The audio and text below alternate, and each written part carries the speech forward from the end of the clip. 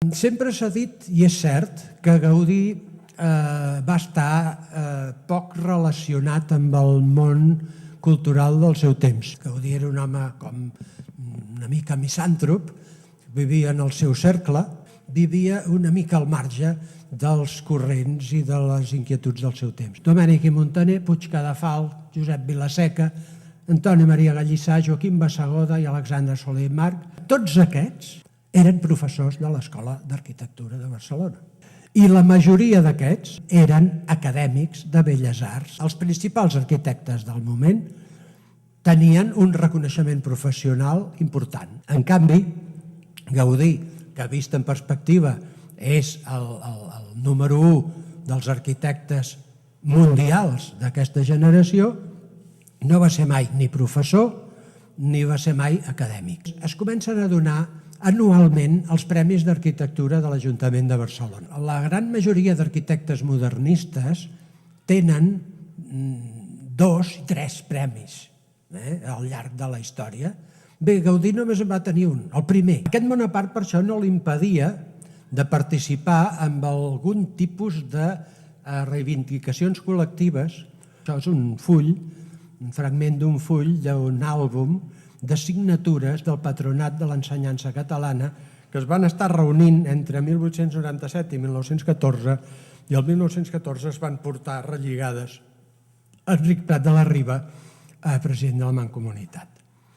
I era com el testimoni que els principals personatges del país recolzaven l'ensenyament del català.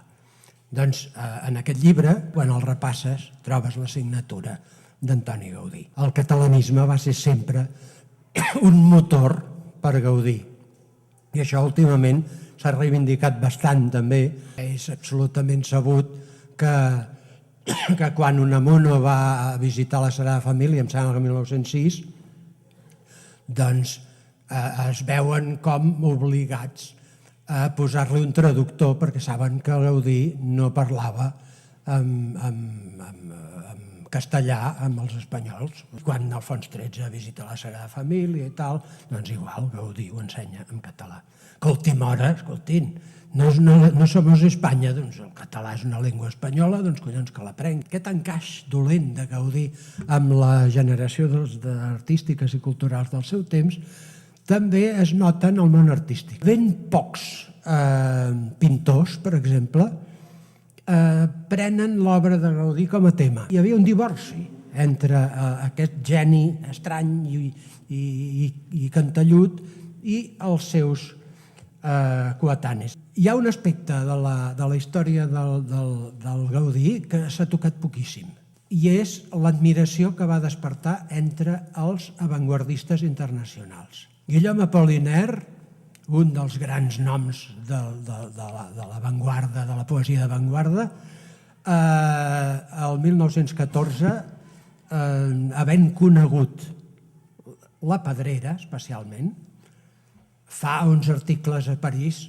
fent uns elogis enormes i dient que aquell arquitecte ha d'anar a París a fer una exposició en el Salon d'Automne. André Breton, el papa del surrealisme, aterra a Barcelona l'any 22, diu, en aquesta ciutat s'està fent una obra, diu que no em disgusta gens si oblido que es tracta d'una església. Salvador Dalí, pel fet de ser català, ja coneixia l'obra de Gaudí i tota la vida va ser un gran propagandista de Gaudí al món.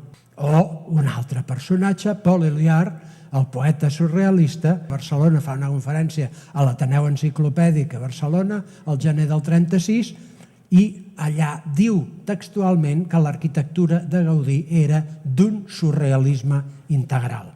Formalment Gaudí estava fent l'avantguarda de l'avantguarda. El coneixement del que representa Gaudí internacionalment va trigar molt a generalitzar-se. Amb el temps això s'ha anat matisant, hi ha hagut diverses exposicions internacionals, monogràfiques o col·lectives i actualment Gaudí és ja un patrimoni de la humanitat total tothom sap ja fins a quin punt aquest home era un creatiu. De la mateixa manera que no hi havia una gran noblesa, tampoc hi havia una gran arquitectura.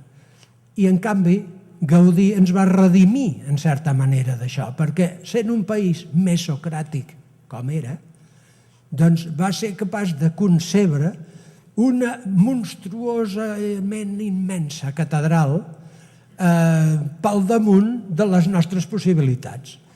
I això era tan insòlit a la Catalunya d'aquell moment que ens va salvar, en certa manera, de ser més provincians del que estàvem portant sent durant tants segles.